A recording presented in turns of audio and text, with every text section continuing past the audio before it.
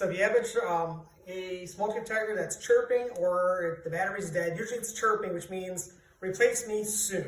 You could go weeks chirping. It ain't gonna hurt anything. What you do is you get a ladder, you'll come up, there's a panel, the little thing on the side, you'll flip it open, it says push here. You'll see the battery. There's a little tab on the bottom, you'll just push it down a little bit and you'll pull it out.